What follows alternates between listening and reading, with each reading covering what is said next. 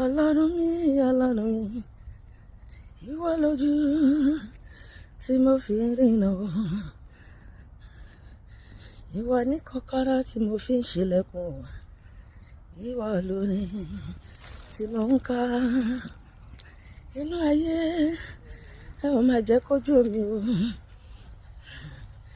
Kí ni mo ní tí mo lè mú wá o, tí àjọkọ́ mo wọlé mo yíyan o bàbá Ọlọ́run mi.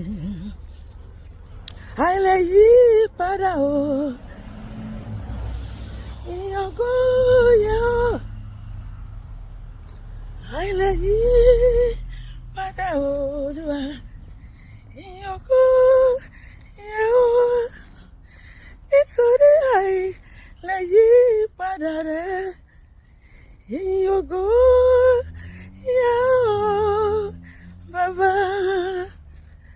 àtó bàbá má pè nìkan ní bàbá, àpá ńlá tó sọmílẹ ayé ró, ọba tó ń tóbi tí gbogbo ayé ò gbà, ó kérékéré ó fọkàn ọmọ ènìyàn ṣe bùgbé, àrí ìlú àlá olórúkọ ńlá, ọ̀pá kan bò káyè ọjí kan lù kọ́bá, ọ̀pá bìdà sọ́bídì rẹ̀, àtòrí ẹni tí ó sùn wọ́n ṣe, jọ̀rọ̀jọ̀rọ̀ gbangba fẹ́fẹ́fẹ́fẹ́ gòdògbà gbìgbìdìrígbìdì, àwọ̀ má ṣe pé àwọ̀ bí àtẹlẹ̀kẹ̀ ni, ọ̀pá tí ní kọlẹ̀ ó kọrùn, ọba tó ń gbénú okùn ìbọn, ọba tí gbogbo ayé farati tí ó fara tó ń kóhun, ọ̀dọ́ nìkan ṣèjọba kábíyèsí.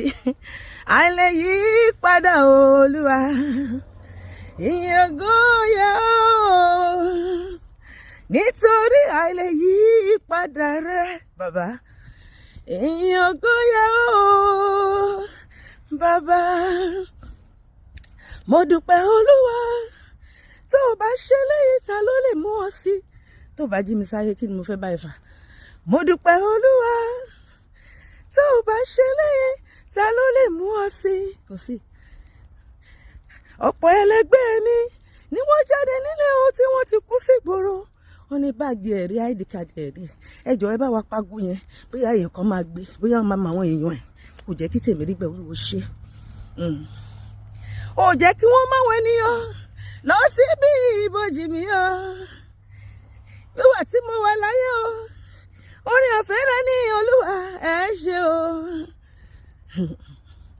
Mo yìn ọ́ lógo, akiri ṣore aṣore kiri, àrùn àníbániṣe.